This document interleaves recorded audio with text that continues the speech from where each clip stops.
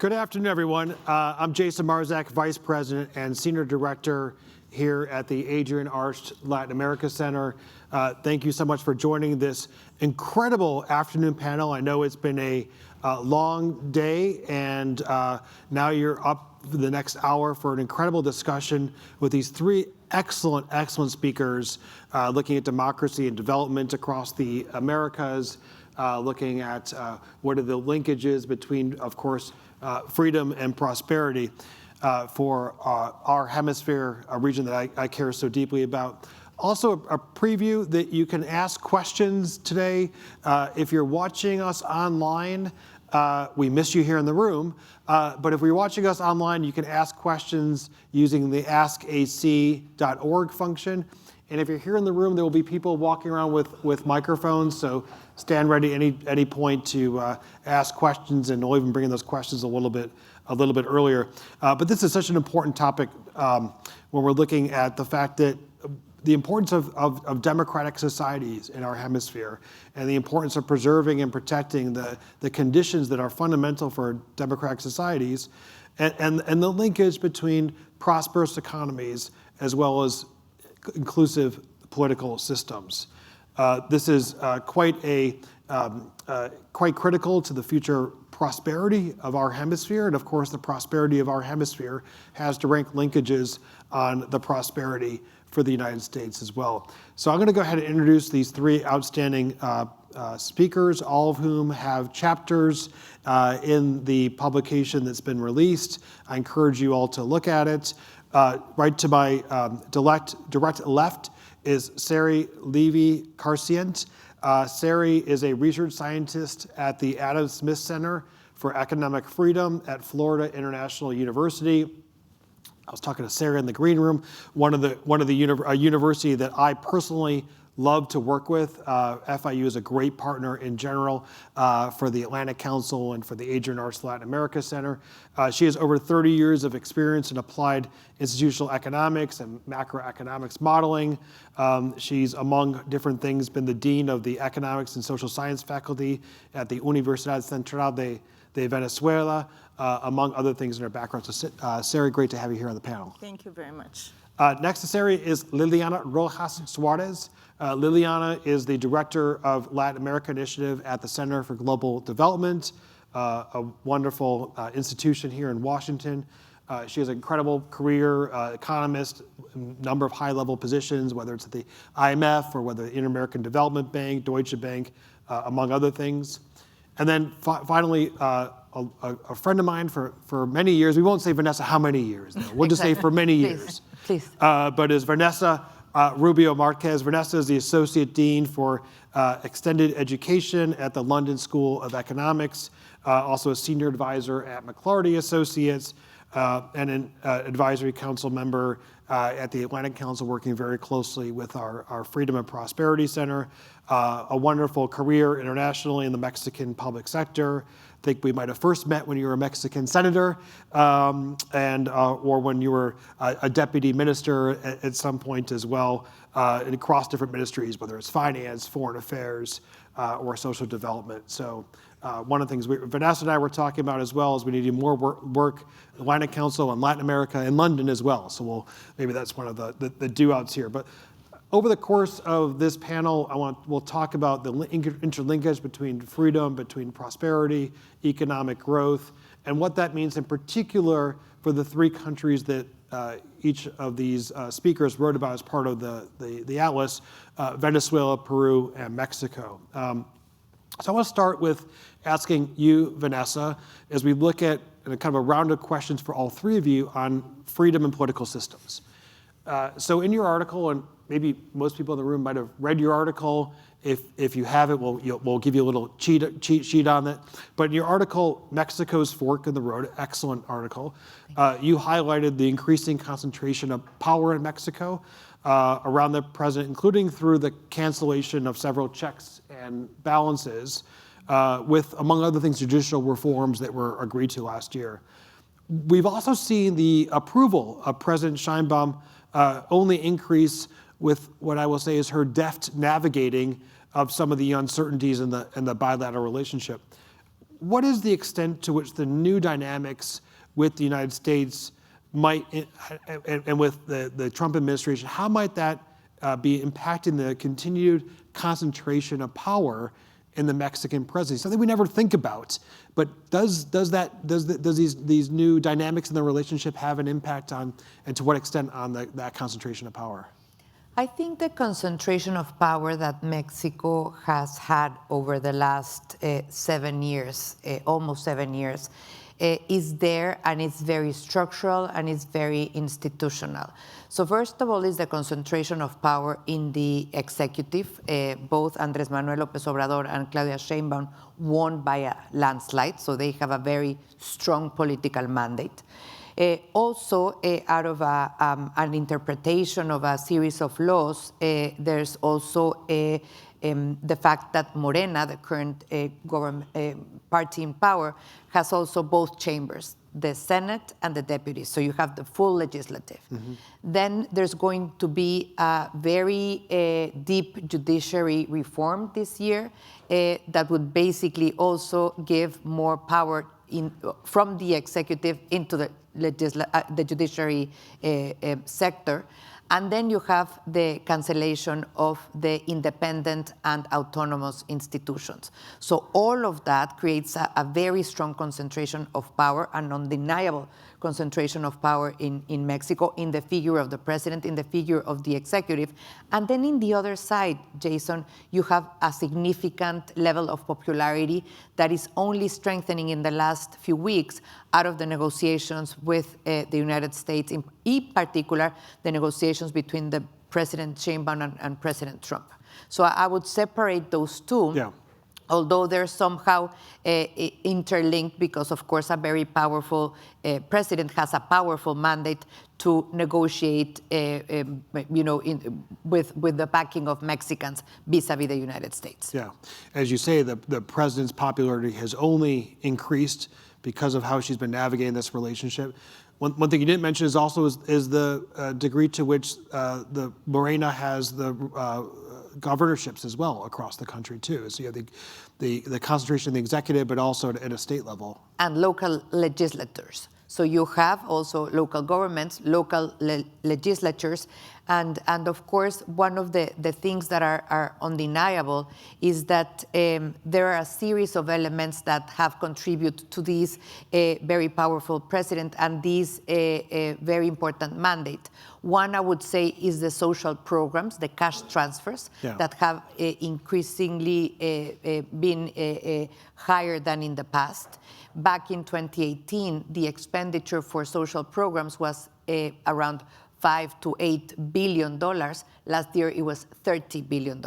So I can discuss during our conversation today, but you can account for a series of elements that give that power to the president. So, Sary, I want to move on to Venezuela. I'm going to do a round of questions. Then if there's any burning questions from the audience, we'll take a burning question. We'll go back to other questions from the panel.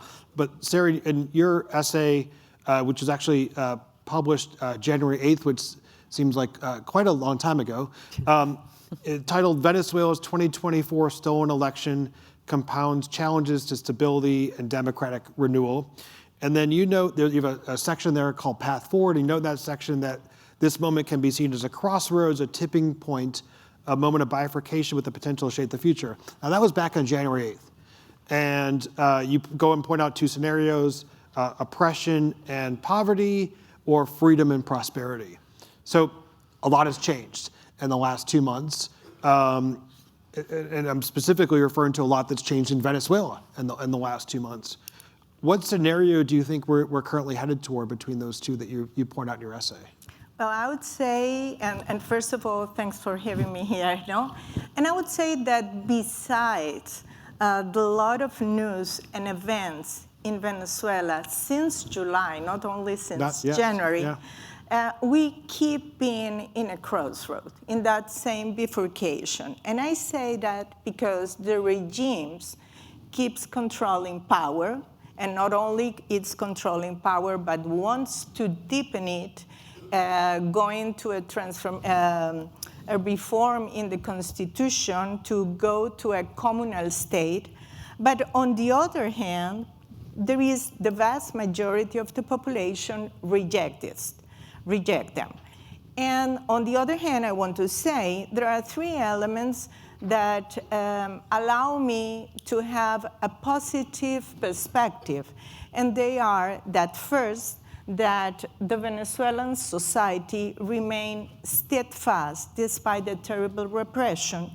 Second, the determination of the main political leader, Maria Corina Machado, to not give in despite all the threats and pressure, and also the president-elect, Edmundo González Urrutia.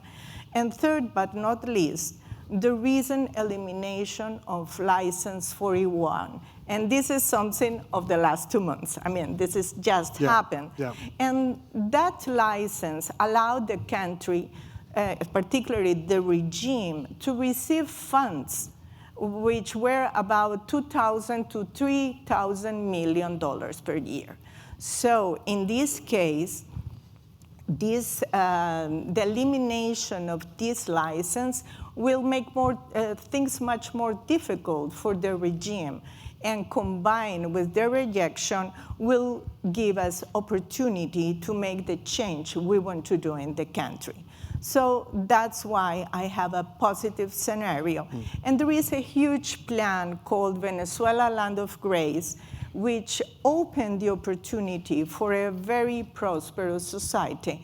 And actually, the three pillars of the project are freedom, democracy, and prosperity. So you think, Sary, but despite all the repression, but despite not recognizing the legitimate victory of Edmundo González, and that we're headed into this freedom, there are two scenarios that you think you're still optimistic of that freedom and prosperity I think scenario. we are heading to the positive scenario.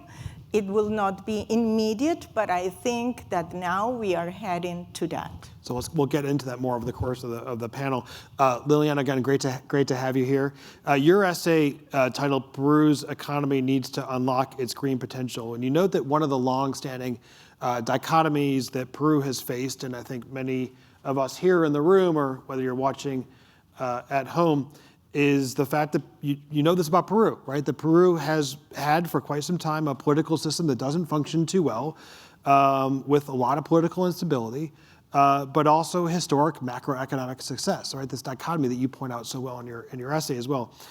So can Peru continue to achieve such growth in its prosperity rankings without addressing some of the systemic challenges that will impact its freedom rankings?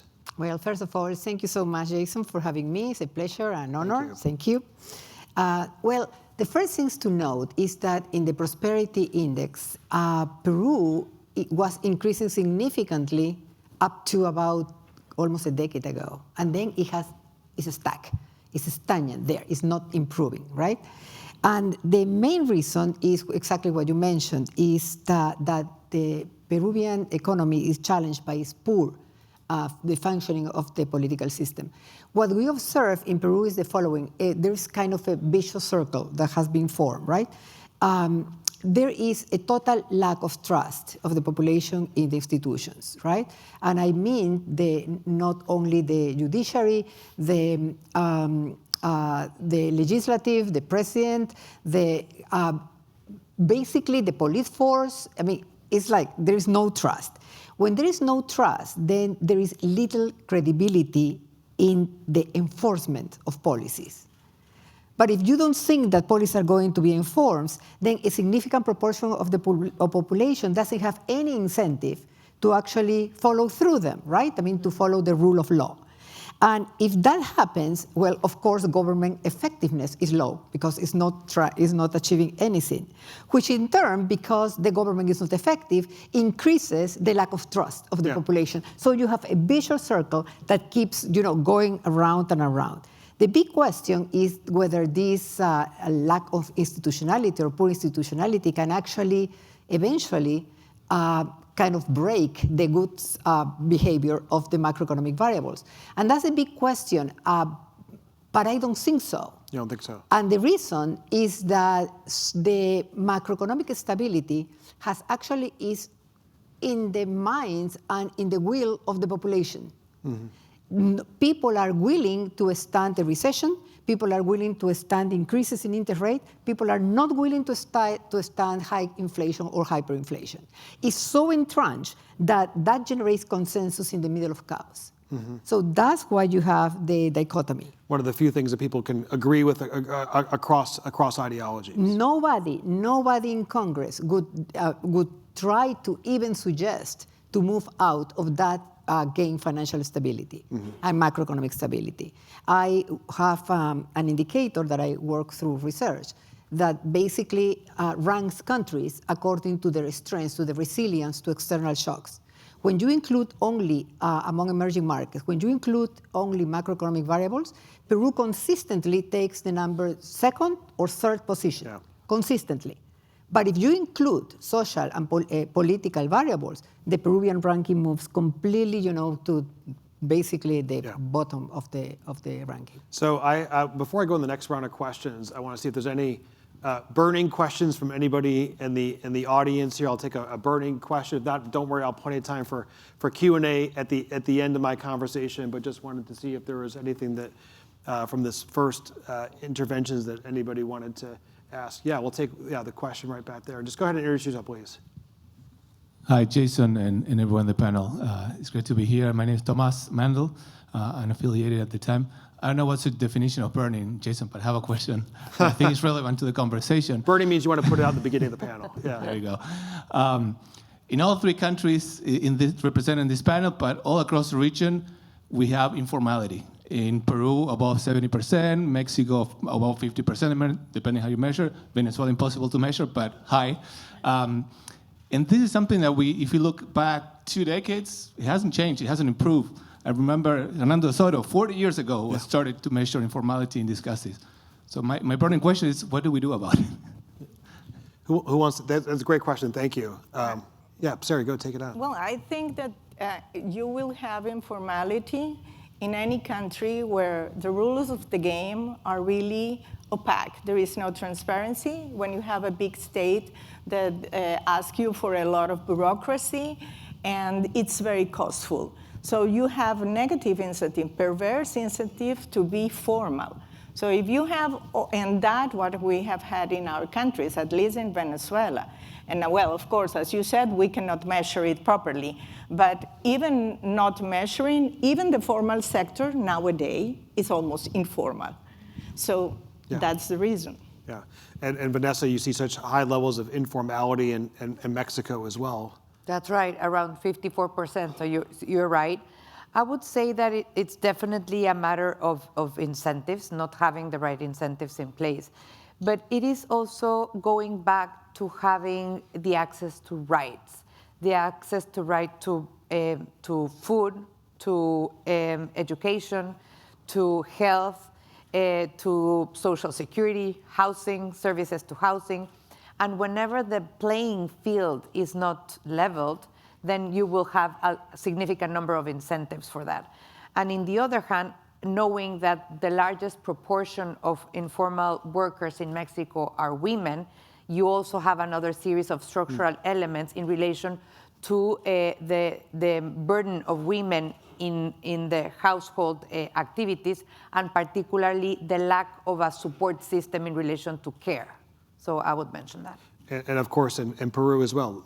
Well, Peru is one of the highest, actually, in Latin America, with 70%, as you correctly mentioned.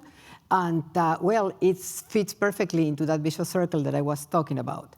Because since there is absolutely no lack of trust, there is no credibility in any contract.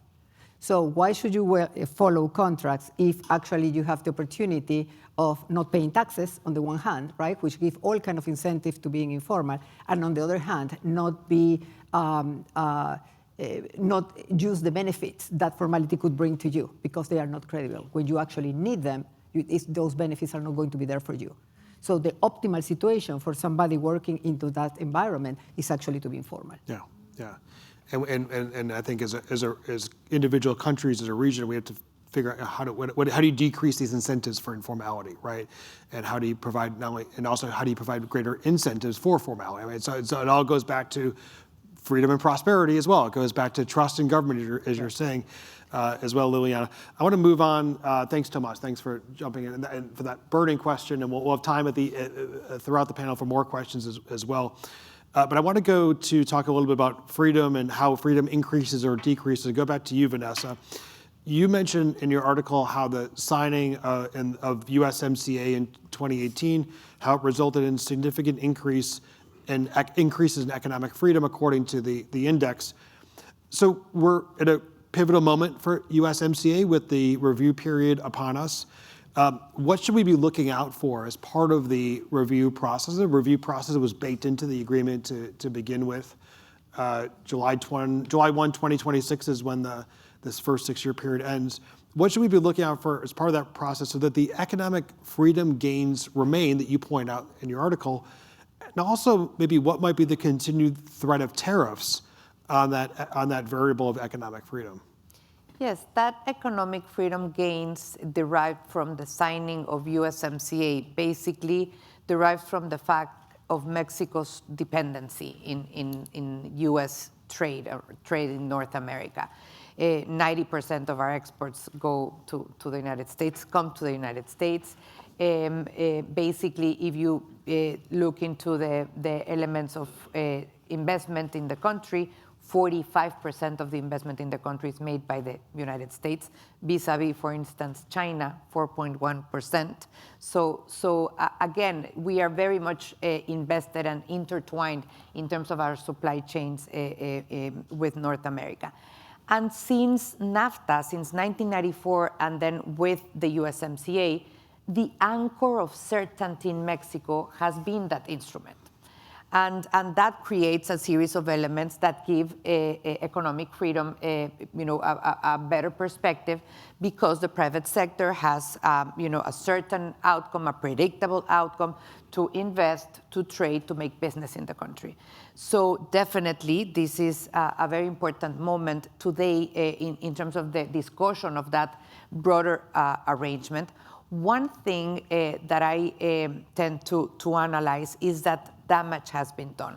So damage has been done already, no matter how we decide to change this agreement in the future, because that anchor that used to be there as a backstop was very volatile at the end. And we have seen that it's very volatile and depends a lot in terms of political will.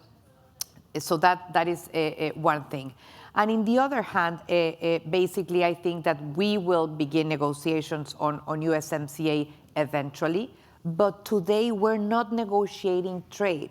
Today, we're negotiating, first of all, security in the form of how to fight the cartels and how to fight fentanyl in specific, and in the other hand, migration.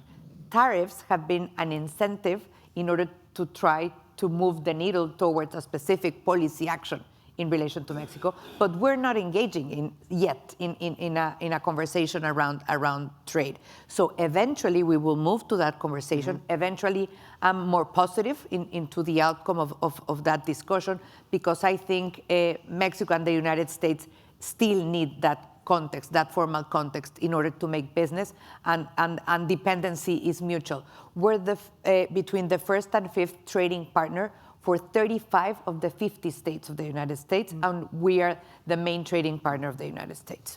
I share, Vanessa, your optimism that we will get there eventually on the trade relationship, and now in the U.S. States that depend, and also the amount of Mexican businesses that invest in the United States and create American jobs, right? But I think we're at a point in which the relationship is going to be, I think, even stronger as we move into the months and years ahead, and especially with that review period coming up. Perhaps thinking about a customs union of some form, and I think something like that can happen in the future. And that could reinforce some of the economic freedom gains, and there's a common understanding both from the Mexican side and I think the U.S. side on the challenges presented for both countries by China in particular, but we can talk about that in a little bit. Sary, let me move on as we're talking about freedom and increasing or decreasing. Your assessment of both the evolution of freedom and prosperity rightfully so, in Venezuela is quite bleak. 100% agree with that assessment. Very aware here of the horrendous conditions in Venezuela. We do a lot of work at the Atlantic Council on Venezuela. Share a little bit about how you see the lack of freedom and prosperity in Venezuela as mutually reinforcing. Yes, absolutely. Yeah, and we can even analyze this century in Venezuela as the typical case study as how when you eliminate the institution that promotes freedom, you dismantle prosperity. Yeah. So really it's a case study. And for example, in the economic freedom was basically attacked first with the erosion of property rights, which is something very connected of informality that we spoke previously. And for example, in the case of the erosion of property rights, we have more than 1,400 documented cases of expropriation, intervention, occupation, confiscations. And also the issues of some particular laws, as the laws of land, which were aimed to rescue land. And rescue land finished in a seizure of 5% of the whole territory. So imagine the impact these have in the economic sphere. Simultaneously, also, we had a lot of law harassing the private sector. You know, you can have more than 150,000 cases of study that have been documented. I'm talking only about those documented, not those undocumented. Also, we have a very important issue in the lack of transparency, which is very important in the case of the independence of central bank, how it was dismantled, that independence, and allowed the situation of the country to go to an hyperinflation in 2016 to 2019, and was really a very, very dangerous situation for the whole country. And also in the case of the public budget. Imagine the public budget, you get a number. And actually, not only you get only a number nowadays, but in the past, in the case of Venezuela, there are two key variables for the budget: the price of oil and the exchange rate. Yeah. If you manipulate the price of oil, and let's say, and this is not an imagination, it's exactly what happened. When the price of oil was in 80, in the budget was in 40, 45. So the excess was undiscriminated use by the executive, and with a lack of transparency. So you have a control in the executive power so huge that it was almost impossible to follow a minimum rule of law. And I'm not talking about, and that's only for giving you some tips in the economic sphere, but in the political freedom, almost check and balance have basically disappeared. And you can have a taste of them in the last elections when the electoral power and the judiciary showed openly their submission to the executive, or when you have, for example, a great participation of the military, which makes people fear, and you know this perspective of hierarchical order, and a lot of abuses in the freedom of expression, which began almost in 2005, and everybody now, every day, knows about somebody and somebody else who is being imprisoned or disappeared. And well, so you have this negative impact in all kinds of freedoms, and obviously the resulting prosperity has been devastating. Yeah. I can tell you that from 2013 to 2021, the GDP declined by 75%. That means that our economy is now 25% what it was. Maybe a 30 with a little improvement nowadays, but that's it. So the shrinking of the economy, the lack of transparency, the lack of maintenance of services, not in education, not in health. So, I mean, These are things that people feel these on. These aren't just numbers. No, And of that's important. course. And grounding these, I think oftentimes we have these conversations in Washington that it's numbers and it's hard to relate. These are real impacts on real people that are because of the lack of freedom and the relationship with prosperity that people's everyday lives are suffering against. Just a couple of information. 70% of the population is poor in rural areas. Extreme poverty, I'm talking. Yeah. No, I'm talking of general poverty, not multidimensional. Multidimensional poverty is around 60%. Even it's not a low figure. And another information, I mean, you can see daily claims of people with for the lack of supply of water, of electricity, the amount of shortage. Yeah. I mean, so you cannot live in a normal, you don't have a normal life in that sense. Sary, I'm going to move on to Liliana and Peru. And I want to remind everybody watching online, again, you can submit your questions with askac.org. And again, for everybody in the audience, we will take additional questions beyond Tomas's original burning question as we move through the panel here. But Liliana, as we're continuing this conversation about how freedom increases or decreases, then afterwards I want to get to some of the recent developments for freedom and prosperity. But political context, we were talking about before, has an impact on how freedom can increase or decrease. And that in your essay, you then note that a major challenge in implementing state reforms is political fragmentation, we talked about a little before, which prevents reaching consensus. And I really couldn't agree with that more on that political fragmentation, what that means for consensus, especially in the Peruvian context. You then ask the question is, how can much needed pro-growth and inclusive structural reforms occur in this really fragmented context? So I'd love to get what your answer to your question is how can you get pro-growth, inclusive structural reforms in this incredibly fragmented context? And what are some of the alternatives for Peru to be able to navigate this really challenging context? Okay, the first thing to understand is that there is a characteristic of the political system that is going to be there for a long time. And it's a combination of a presidential regime with proportional representation in Congress. That means that if there are many, many, many parties, they are all going to be represented in Congress in a proportional way. What does this give an incentive? It gives an incentive to have as many parties as possible. Because, if I join with somebody else in a party, my probability of being represented in Congress is low. If I form another party, then I have a better chance to actually being represented in Congress, right? So right now in Peru, in Congress, there's about 10 to 12 political parties, which is a way to not get consensus in any form or shape, right? But that's going to be there. So that's what we have to work with, right? And this brings something else, and it's that the lack of leadership in the country.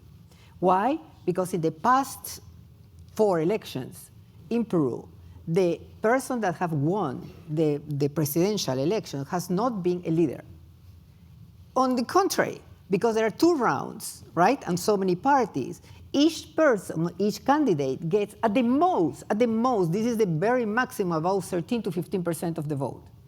So you get, because the law says that the first round you move to be the president, only you get more than 50%. Nobody does, you have to pass to a second round. So you choose 2 candidates that have each one 15% at the most of the vote.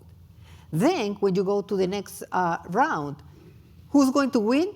It's very easy. In Peru, there is a huge anti-Fujimorist position. So the guy that is anti-Fujimori wins. That's it. That's the way it has been working. As you can imagine, this is not only non-functional, it's just very perverse, right? Now, how can pro-growth take place in that context? Because you need to understand the context first before, okay. 2 things, there are 2 alternatives. First, magically a leader is going to appear that is going to bring consensus. Probability of that, close to 0. Right? Elections is coming up next year, and you don't see any form of leader shaping up. What is, in my view, one possibility that is more doable and have a higher probability? And is that reforms are not going to come from consensus among Congress. It's going to come from consensus among the population that demands those changes from Congress. There are examples of that in Peru. Two examples are, the first one I mentioned, the hyperinflation crisis. I mean, people said, no way, we don't have it. The people, nobody in Congress would dare to go into any kind of policies that defeat that objective. Another great example happened with decentralization. It doesn't matter whether decentralization was good or bad implemented, because I have my own thoughts about that, but I'm not going to talk about it. The thing is that there was consensus among the population that they wanted decentralization. So during the Toledo administration in the early 2000s, every party, many parties, but all of the parties have in their agenda decentralization because the population was demanding that. So, and you are seeing this now, in the increase in popularity in the Mexican government, in the Liberal Party in Canada after the Trump. So there is a consensus in the population of change. Look at Europe, and that calls for reform, right? So to me, the alternative for Peru and the opportunity for Peru in the next election comes from the green transition. Why? Because that is something that a significant amount of the population is in favor of.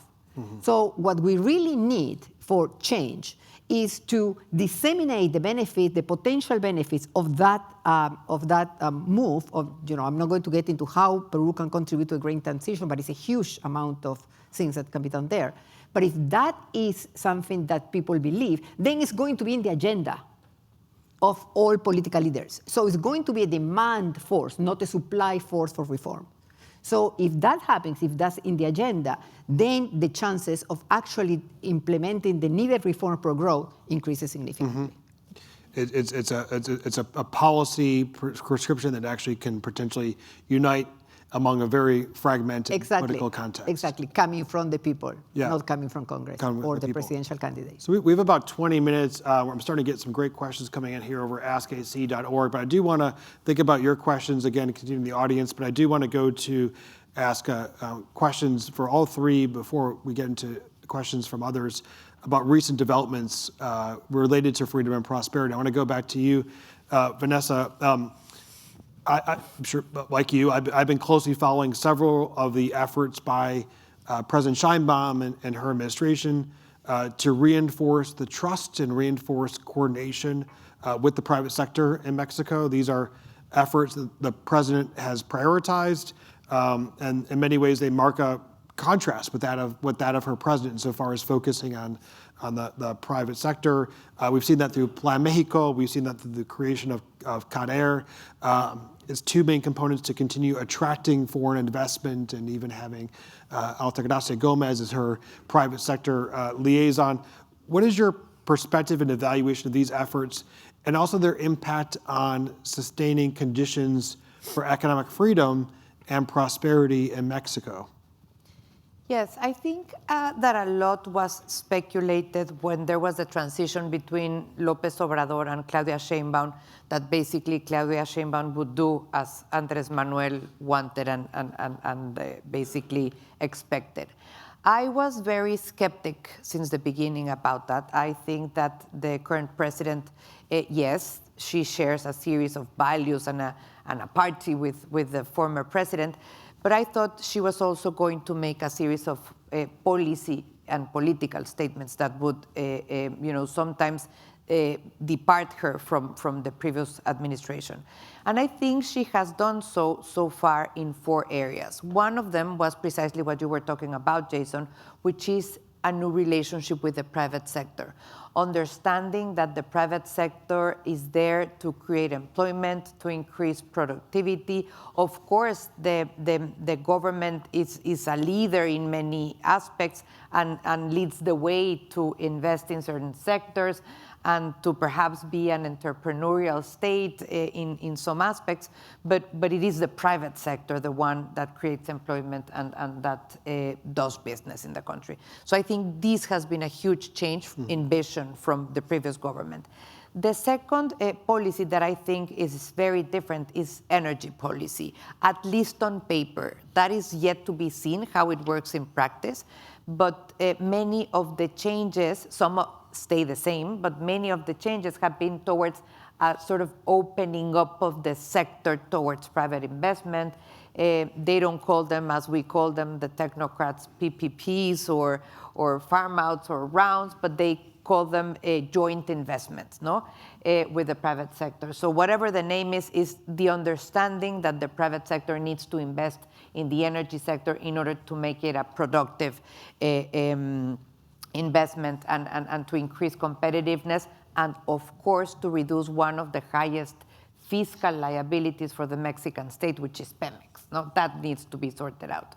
And then the third policy that I think President Sheinbaum has also been changing significantly, lately much so out of a pressure from the United States, is security. So this policy that, sometimes or most of the times or all of the times was very difficult to understand, and I am translating it well, hogs, not bullets, towards organized crime, which was the previous policy that Andrés Manuel López Obrador followed, is being changed significantly, at least in spirit, in terms of the new areas of cooperation, of gathering intelligence, of coordination. So that is also, again, some aspects in paper, because still there's two large legal changes that are going to take place in terms of two laws that are going to be passed and enacted on that, but significant changes in terms of the optics and the way they have been addressing the combat of organized crime in the last 2 months. And we see those changes, just in the last month, right? Since President Trump put, additional pressure on Mexico with, exactly, the extradition of cartel members to the United States that you never would have seen, I think, in an AMLO presidency.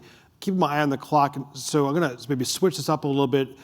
So, Sary, I'm going to ask you instead a question about variables and drivers. I know it's something you wanted to discuss. I want to ask you, when you're looking back at Venezuela since 1995, share a little bit with the audience of what have you seen some of the main drivers and strategies for the country's institutional transformation that we've seen over that period. What measures have played the greatest role? If you want to combine that as well with any thoughts on the potential of the increased fracturing of the opposition that we've seen just since, just in the last few months, please feel free to do so. But I do want to ask you about the drivers so that we can get to that before bringing additional audience questions. Well, let's begin from the last one, because we spoke before, and I was saying you that maybe I cannot see the political environment as fractured, because during the last primary elections, Maria Corina Machado won with 93% of the vote. So the rest of the leader and political parties got only 7%. I don't see that as a fractured political arena, but amalgamated around a new kind of leadership, because her perspective really departs from the traditional left-wings parties that we had in the past. And on the other hand, she has had the strength of persuasion to not only amalgamate, but to align incentive with those political parties and the society, which is not an easy task given the environment. And about the main, and one of the main issues that I think will become a driver is how the civil society have evolved, mm-hmm. and how have learned of what had happened during these 25 years. It's very interesting to see that I think that the vast majority of the people have learned what it means to depend on the state of a handout, and the importance of being independent, the importance that when, for example, the government say that there will be a raise in salaries, people get afraid and say, oh my gosh, we will have inflation. Because they know the economy is not producing. So people have learned much more than elites, and sometimes that even political leaders. So this is one of my hopes for the reconstruction of the country. On the other hand, we need to rebuild the institutional framework. And we have to do it with a lot of transparency. We're focusing on the rule of law. And of course, we will have to handle this great, let's say, devastating economy that will be inherited and the demands that civil society has. Thank you so much, Sary. I'm going to, Lilian, ask you a last question before I open again to the audience here. But I want to ask you, we talked before about the economics of Peru, right, and how the strong macroeconomic fundamentals. We've seen that for almost a decade, right? 2004, 2012, Peru was a star, was a darling among emerging economies, high growth rates, 6 to 7% growth. That growth then slowed to about 2.5%. Self-promotional plug, as I mentioned in this week's America's Minute, Peru, after a recession 2 years ago, is now on track to have one of the fastest growing growth rates again in the region this year, about 4%.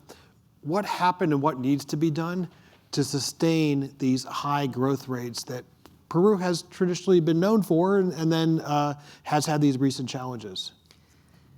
Okay. Really, Peru has not been known for high growth. Peru grew for a decade, a very specific decade. It went from 2002 to 2013. What happened during that data was the boom in commodity prices. And in that decade, not only Peru grew, many other Latin American countries grew at the same time. Now, the problem was that decade of growth, which basically was pulled from outside, right? A huge demand for commodity prices, and so you saw the indicators, not only economic growth, but social progress. You saw reduction in poverty, you saw a decrease in inequality, right? But during that decade, there was a kind of an illusion that Peru had entered into this consistent growth forever or something like that, because no reforms took place. So before the commodity boom, Peru had started in a very serious stage of reforms. They did basically free trade, free the movement of capital, no capital controls, declared the independence of the central bank,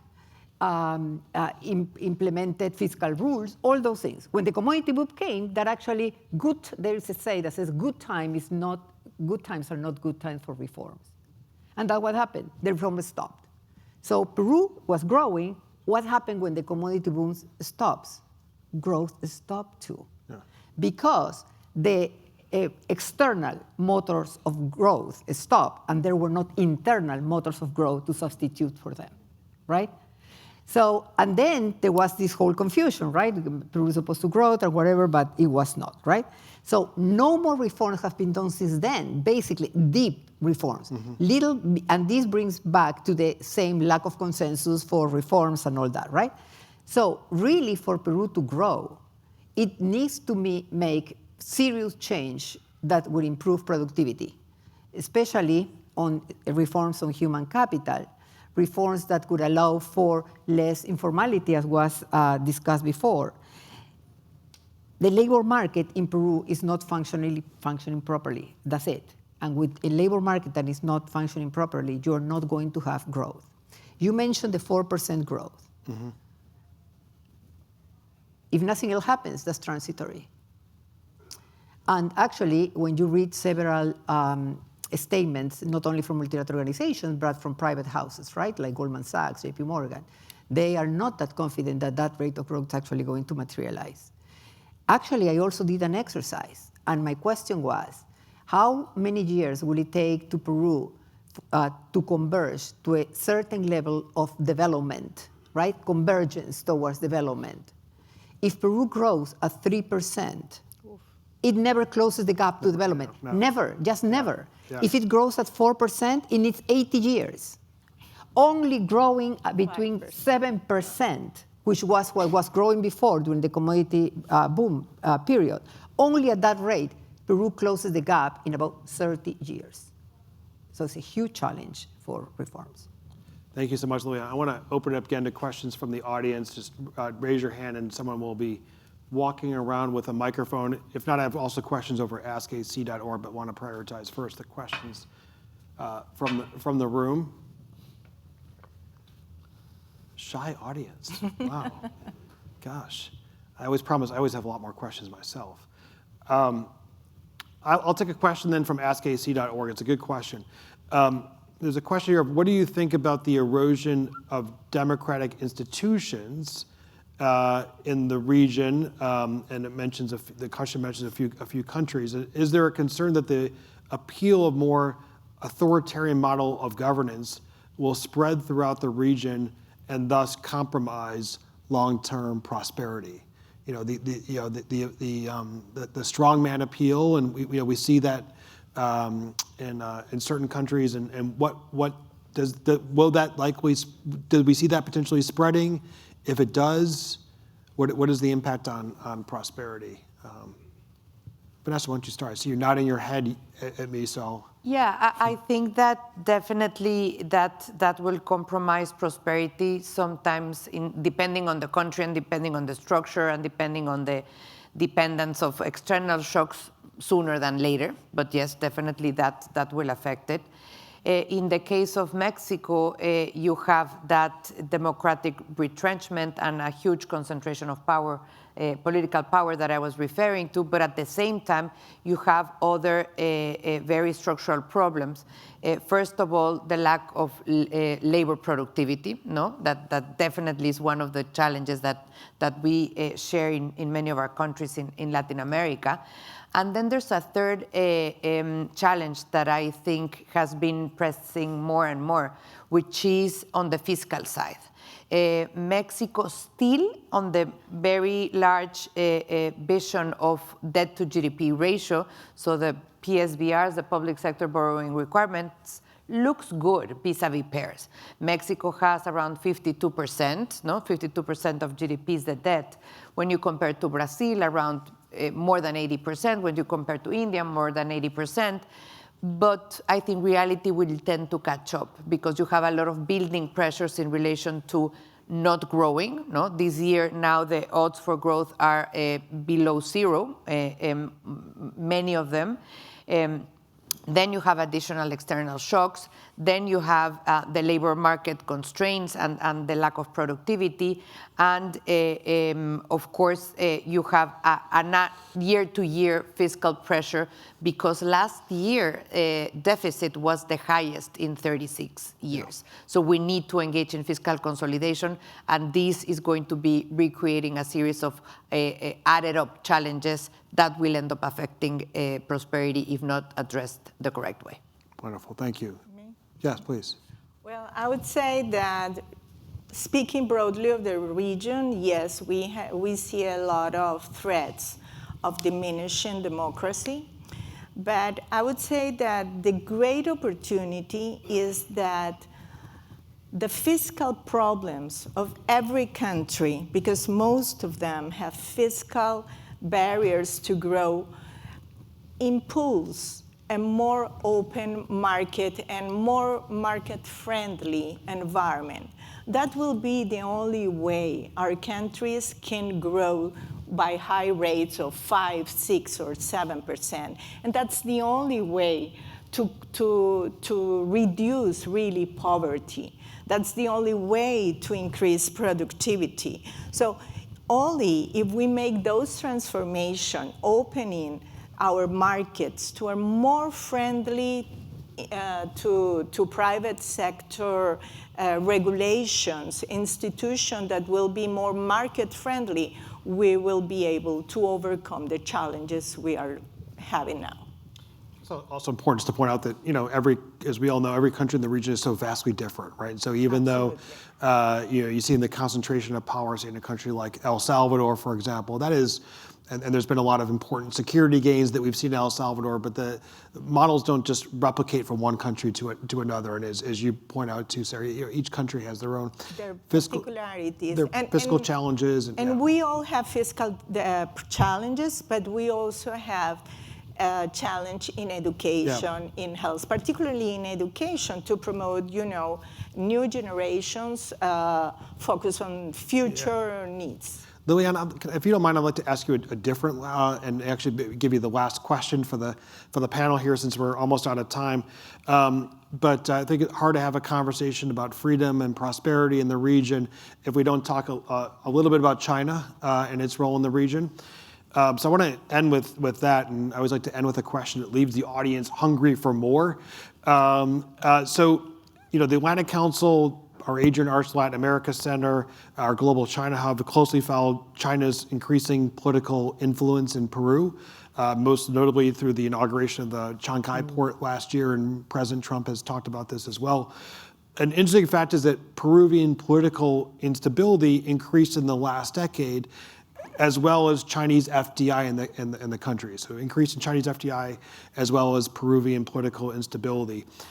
So on the face of it, one could argue that Chinese FDI has thrived in this context of political instability because different to US or European FDI, China doesn't demand that authorities in Peru make reforms to strengthen democracy. So do you agree with this idea? And then do you think there's a case to be made that Peru should then seek to attract more US or more European FDI based on your answer to that first question? Okay. First, I always like to use the research that there is on the quality of information. So the research on China's investment projects in general is mixed. For example, there is a recent study that shows that there is no correlation between World Bank projects, contracts with China, and the quality of projects, okay? So there are good projects and bad projects, but not necessarily all of them are bad, which is important to highlight. The other study, however, shows that there is a huge problem with transparency in the contracts with China, which of course is against democracy, right? So certainly there is a point to make there. Regardless of what the situation is in China, I think a country will always benefit from having a diversified set of clients, right? And so yes, having more foreign direct investment from the US and from Europe is certainly very beneficial, would be certainly beneficial not only for Peru, but for almost all countries in the region, right? Now, there is a point to consider. How and what determines that capital flows from one country to another? Basically, investment flows when the expected return is greater than cost. That's as easy as that.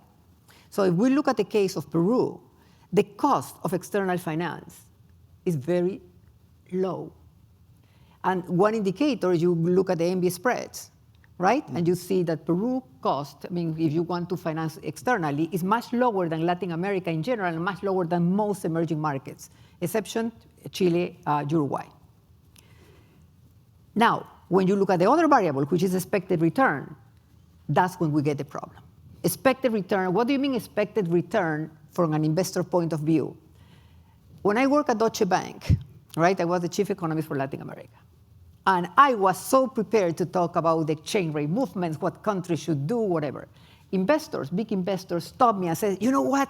Don't talk to me about the exchange rate. I know how to hedge about the exchange rate fluctuations. Cool. But what I cannot do, what I can is protect myself about the change in the rules of the game. Yeah. If I don't know what's going to happen with the rules of the game, I'm simply not going to invest, right? And so this is essential not only for Peru, but for the rest of the region if they actually want to attract foreign direct investment from advanced economies. Liliana, thank you so much for that final comment. I think it's a great summary, great wrap-up of the essence of this conversation, this entire panel. I want to again thank Sary and Liliana and Vanessa, not just for your great conversation today, but for your excellent articles that are all available online. I encourage everyone, whether you're here in the audience or whether you're at home, to go ahead and read them. But please join me in thanking them for your excellent presentations today. So stay tuned for more as part of our Global Prosperity Forum throughout the afternoon. I believe we'll take a short break now and then come back here shortly. Thank you. Thank you.